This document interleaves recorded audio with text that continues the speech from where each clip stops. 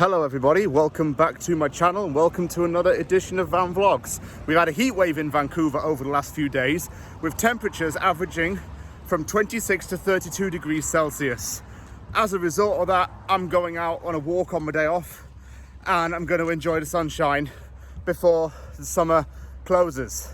I'm going to be taking a walk around downtown Vancouver today and show you some of the kind of major sights from down there.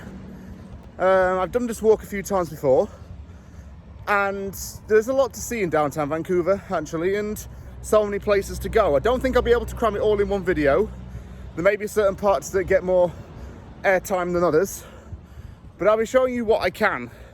Downtown Vancouver is just bustling, especially in the summer. There are parks, cafes, restaurants. It's just like a huge metropolis all in the centre of this British Columbia city. So what is there to do there? Well, I'm going to show you some of the highlights from the walk. It's going to be brief, yet long. If I can juxtapose it that way. So come along and join me on today's walk. I'm wearing a black shirt. With the temperature as it is, I don't think that's probably a good idea.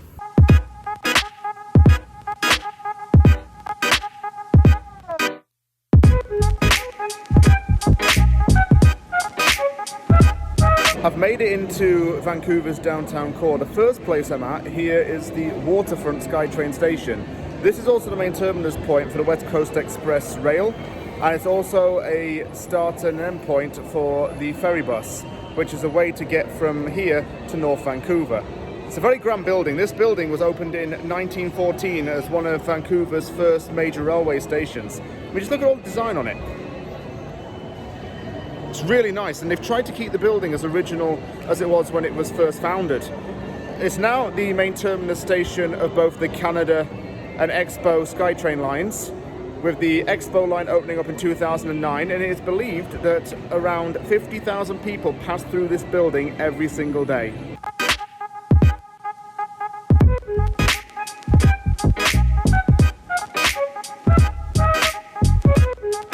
One of the first things you notice about Vancouver's downtown is the amount of skyscrapers and upper-class hotels that are in this area.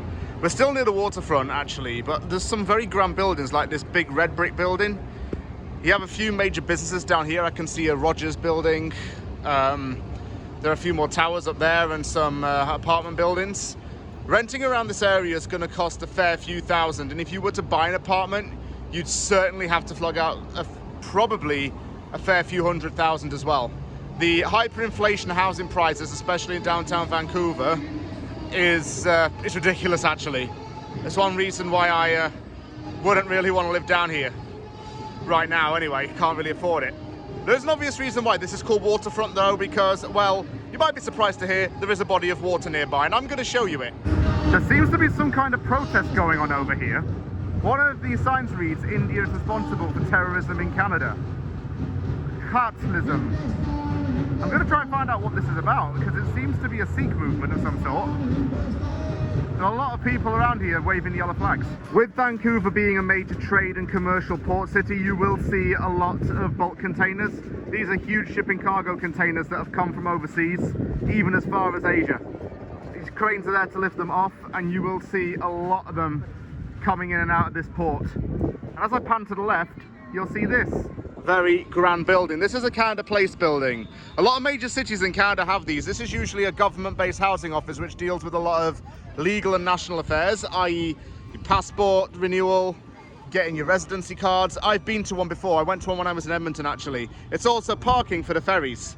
And if I go around the corner now, you'll see said ferries. You might actually see one parked up already. And, well, they are more or less cruise ships.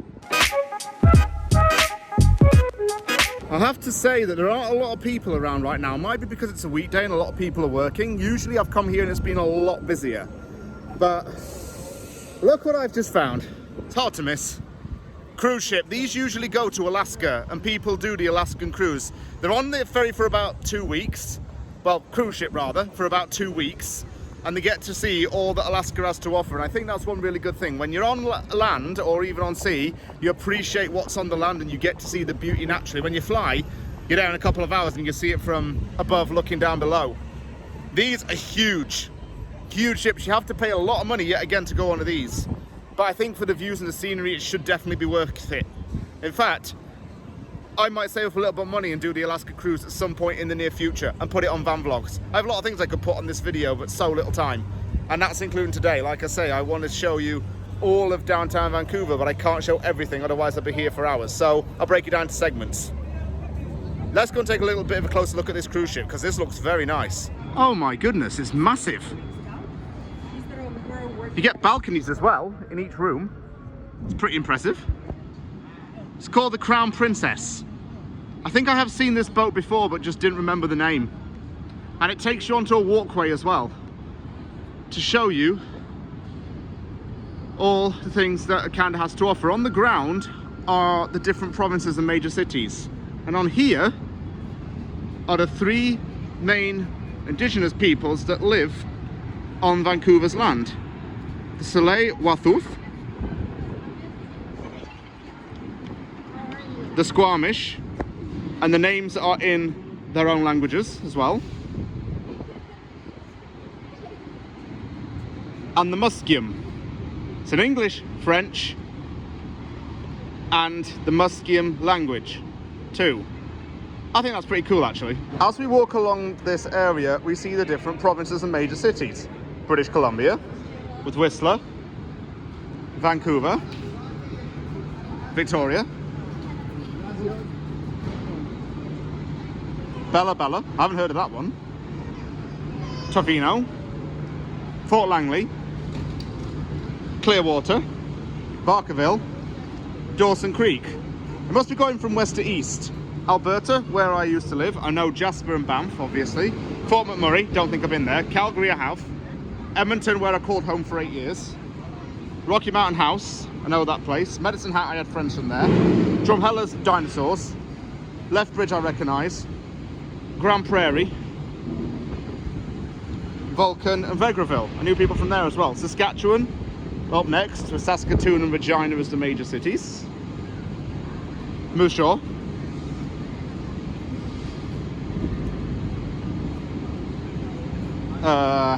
Who is coming up next? Ah, of course, Manitoba. Churchill, Flin Flon, and Winnipeg being the 3 major cities there. Also, shout out to Selkirk and Steinbach for no particular reason other than they're in Manitoba. Ontario up next. I've been to this province. The other 2 previous I haven't been. Moose Factory. Sounds pretty gross, right? If you think about it. I don't think they chop mooses up and stuff. Ottawa, where I went last summer. Toronto. Thunder Bay, which is in northern Ontario. Kingston. Quebec. Sherbrooke. Montreal. Trois-Rivières. 3 Rivers. Shawinigan has also been mentioned there. Ville de Quebec, so that's Quebec City. Mont-Tremblant. New Brunswick, which is Canada's only official bilingual province. Edmundston, Fredericton, St. John, Bouche-Touche, I think that's pronounced, Cape Bongage, Grand Manan. Then you go into your maritime provinces as well as New Brunswick. Nova Scotia, which has Halifax as its capital city. Peggy's Cove, a very popular place there. Prince Edward Island, known for its potato production.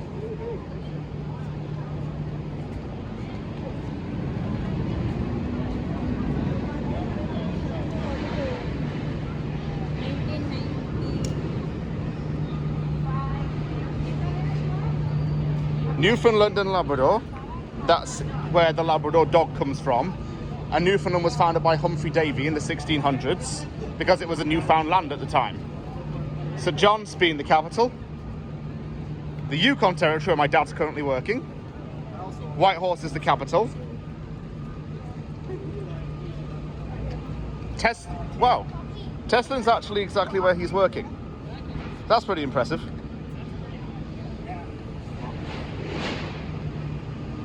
Dawson City, which featured in BBC's Race Across the World. Oh, to the Northwest Territories. which is just above Alberta and British Columbia. Its capital is Yellowknife. And finally, there is Nunavut, Canada's newest province, which opened in 1999. It broke off from the Northwest Territories. Its capital is Iqaluit. So yeah, James's very brief overview of the Canadian provinces and territories. If you ever visit Vancouver as a tourist, you need to do the flyover Canada. This is quite spectacular. It's like a roller coaster without you being sick on it, and it shows you all over Canada in like a CGI digitally created video. 10 out of 10 would recommend.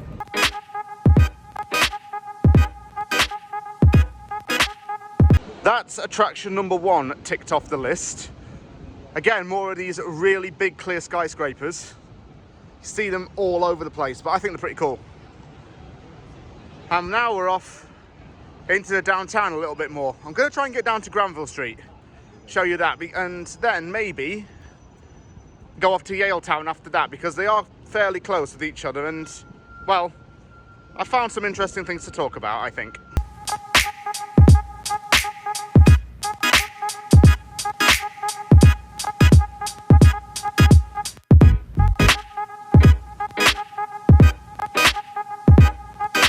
Down there is where the Waterfront station is, but I've now headed onto Granville Street.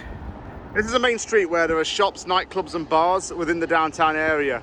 There's also this Burke's clock, and there are a few designer stores around here. I've seen Versace, Monte Cristo, Gucci, the works. Granville Street is one of the main places that I actually come to when I walk downtown here in Vancouver. I suppose it's very central to a lot of things. There are 2 SkyTrain stations that run through here, so that might be why it's quite visited often. It's got a lot of connections to other parts of the downtown area as well. It has West Pender Street. It connects onto Burrard Street a little bit further down, and that's another shopping district too. And once I get into the centre, I'll show you what there is. It's actually quite nice in parts. As I walk up here, it all starts to look a little bit more familiar.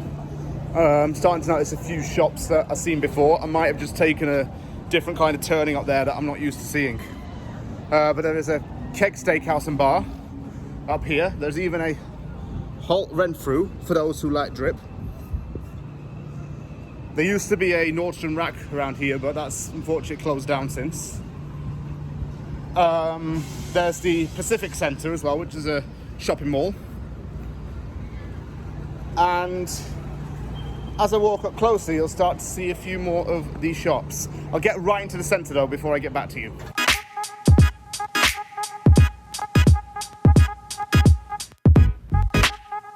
As promised, I'm in the heart of downtown Vancouver, on the heart of Granville Street. You go further up here, it's where all your bars and nightclubs are. Heading towards that direction. It's lively on a Friday and Saturday night. It's packed everywhere. Vibrant music, good times, good vibes. Been out there a few times myself and absolutely loved it. However, I'm going to be heading down here on West Georgia Street. I'm going to be heading on West Georgia Street because I want to show you 2 locations that you should be very familiar with if you watch my videos. As I walk to where I want to be, I wanted to quickly show off Vancouver Public Library. This building is huge. It has about 8 or 9 floors. This building has actually been very helpful to me because the resources in there with Work BC and other people actually helped me to settle down and get a job here. It's also a nice place to go if you want to get some studying done and some work.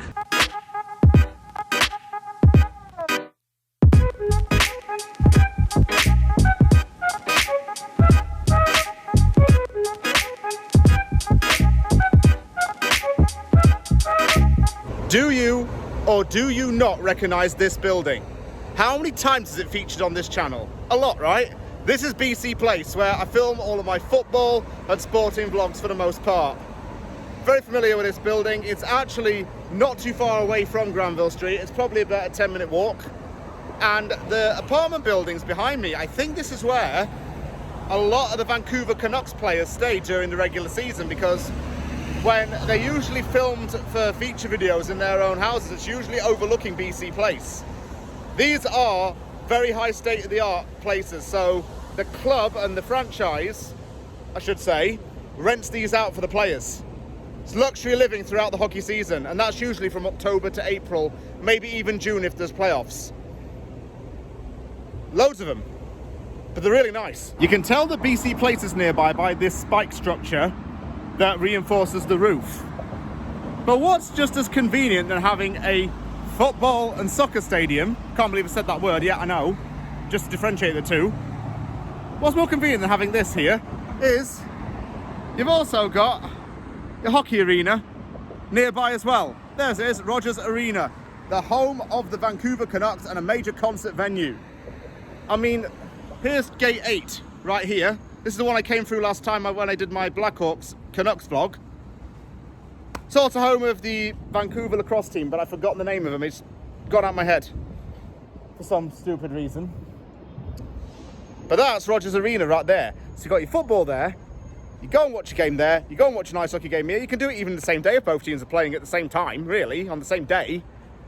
That's just amazing, really. Whoever thought of building that next to this, it's just a great idea, really. But enough about me wowing over some architecture that probably wasn't intentionally put together for the reason I just said. We're now moving on to Yaletown, I think. Yaletown is the most, well, it's one of the most affluent parts of Vancouver, and it's one of the most liveliest for its restaurants and bar scene as well. These ones are a little bit more higher end than the ones up in Granville, but I say a little bit, but it's probably a lot more. You get more fancy fine dining places here.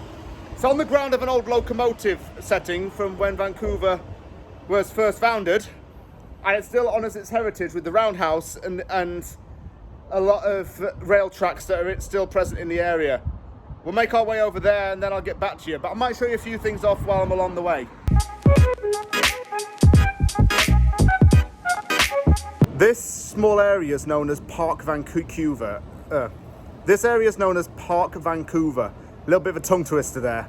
It's spelled P-A-R-Q. I suspect that this is where a lot of business personnel and even opposition sports teams come to stay. There's a JW Marriott there, there's a casino as well, and there's underground parking for long-term stays for those visiting the area nearby. With the Marriott being there, you're looking at, again, fair bit of money in that place, but it would be quite a treat to stay there even for one night in one of the luxury suites. There was one in Edmonton right next to Rogers Place when I was living and working there. It opened up not too long ago over there. This one's been around for quite some time now, and it's very popular with a lot of people who are of a very upper class background.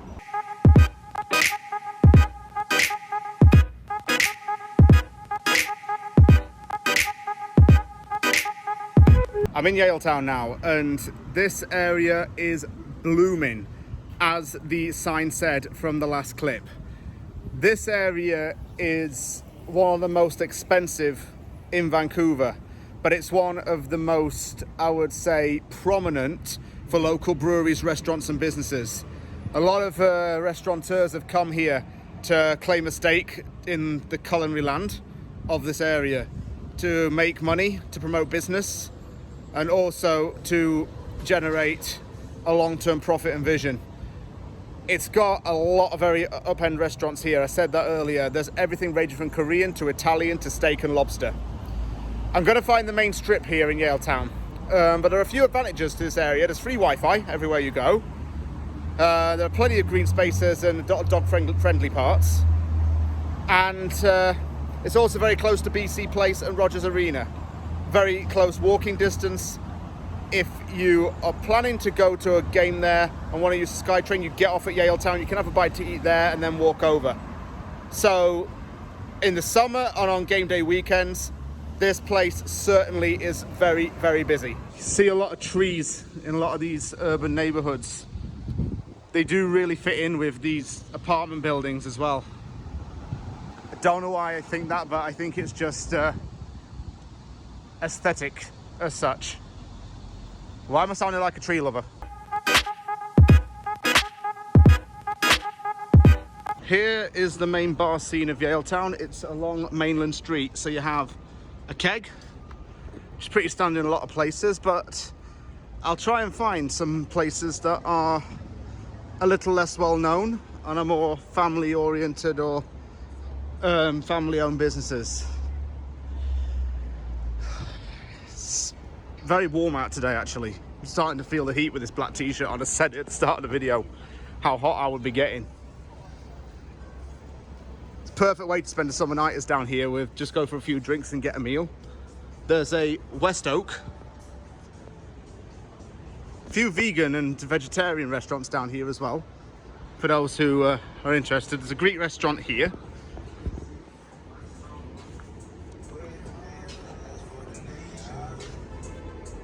Finding a lot of good Italian places down this street, I have to say, and there's a very good Indian restaurant as well.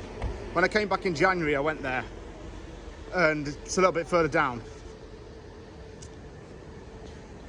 A few art galleries and a few little tuck shops as well along the street. People do go to these too. A few smoke shops for cigars and higher end cigarettes like tobacco and stuff like that. Nightshade. It's a decent name for a restaurant actually. And with it being Pride Week recently, can't get my words out, you'll see a lot of these flags. Very important event in Vancouver, and actually when I come up a little bit closer, someone has painted a rainbow onto Helmken Street. Yeah, that's Helmken Street. Had to just read it from a distance. It's very colourful though, as you get to this part. Oh, it's been painted over. My bad. This used to be a rainbow, but it's been painted over since. It's for Vancouver Mural Festival, I suppose. That might be coming up soon as well. You find a lot of breweries in this area too. Here is the Yaletown Brewing House. I've been here before. It's a pretty decent brewery. You see it being brewed right in front of your eyes. Makes a lot of money from selling its beer as well in local shops and supermarkets. Sells IPAs, pale ales, as well as your regular tap and draft beers. YVR Cycle Spin Studio over there. A Bistro Sakana, I think that's a Japanese restaurant. Another brewery here. This is the Yaletown Distillery Bar. It's pretty nice as well. And a Korean pancake house.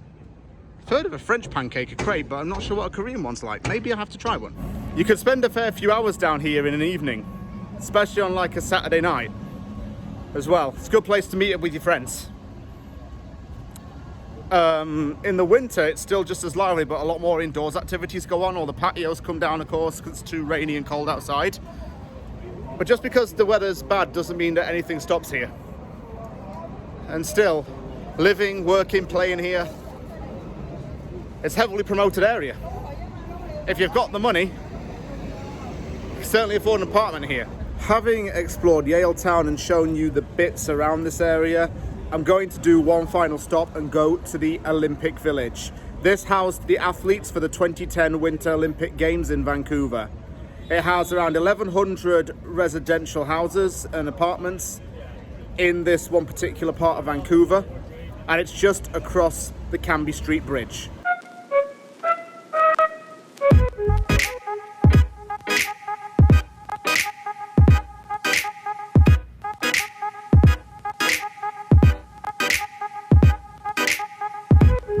You'll find a lot of marinas in a lot of metro and downtown areas. This is just one of them. You can see a fair few boats there, and in the distance there are a few over there too. With the river as wide as it is, it's a great place to go paddle boarding, boating, or even take a little day trip on a boat or even a yacht through the city. I know people who have like float parties on this river as well. Do you see that big ball over there? That's the Science Museum. It's known as Science World, and that connects onto Main Street. Just past that is BC Place. You can't see it here. If I zoom out, you can see that spiky structure again. See, everything's quite close by if you think about it. Everything's very walkable, and that's why I'm doing this walking trip. Because I thought it was one, a nice day out, and two, Just wanted to show a lot of places.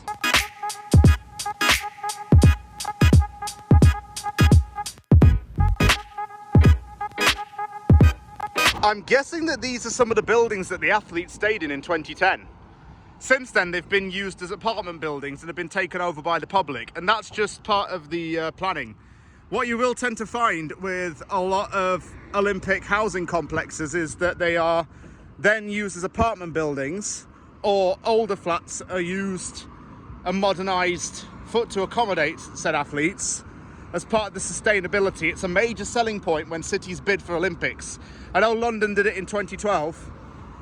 It used some old apartment buildings of certain parts of London, and that was the same case in Vancouver. During the 2010 Olympics, there was a ban for press and the public to visit the complex. It was very highly patrolled and very highly guarded. This was after the 1972 Munich massacre, and there are very tight regulations as to who and at what time certain personnel can visit. But now that the Olympics are over, it's a free-for-all. It's not just a series of apartment buildings though. There are hiking, walking and cycling trails. There's the marina back there, as you saw. There are a few major superstores and apartment building necessities like local corner shops, hardware stores, furniture shops. I think there are even a few car dealerships as well in this area. I haven't been able to find them though.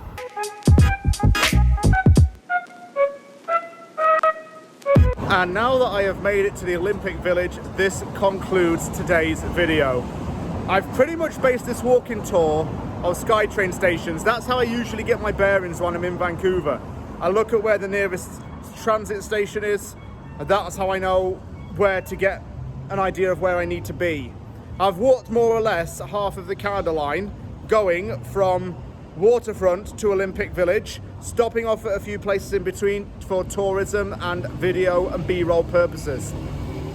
This is the point of the van vlog video where I give my thoughts on what I've seen. That was a very brief but long, I guess, tour of downtown Vancouver and what it has to offer. If I really want to show what this city has to offer in a lot more detail, it's going to have to come in separate videos, because some parts you have to spend a full day down here to actually get a feeling for what it's like. But as you saw, it's very sunny, obviously, and warm in the summertime. There are a lot of different parts of downtown that are all very different in their own way, but are very much loved and are popular. And there are a lot of parts that I really like as well. I really do recommend Yaletown because I think it's very good for a night out. I recommend Granville Street as well for the nightlife. And the Waterfront is a place that is the main, I suppose, meeting point in downtown, because it's a main train station. It's got a lot of long distance and even short distance transit connections. And that's the first point of call for a lot of people whenever they come into Vancouver from other parts of the mainland.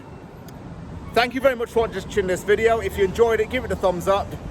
I'm yet to decide where I'm going to do next on Van Vlogs. I might do a tour of my local area. I even show you the wider area of where I live, because that is perfect as well to have a walk down on a sunny day. Thank you very much, everyone. Take care, and I'll see you all soon.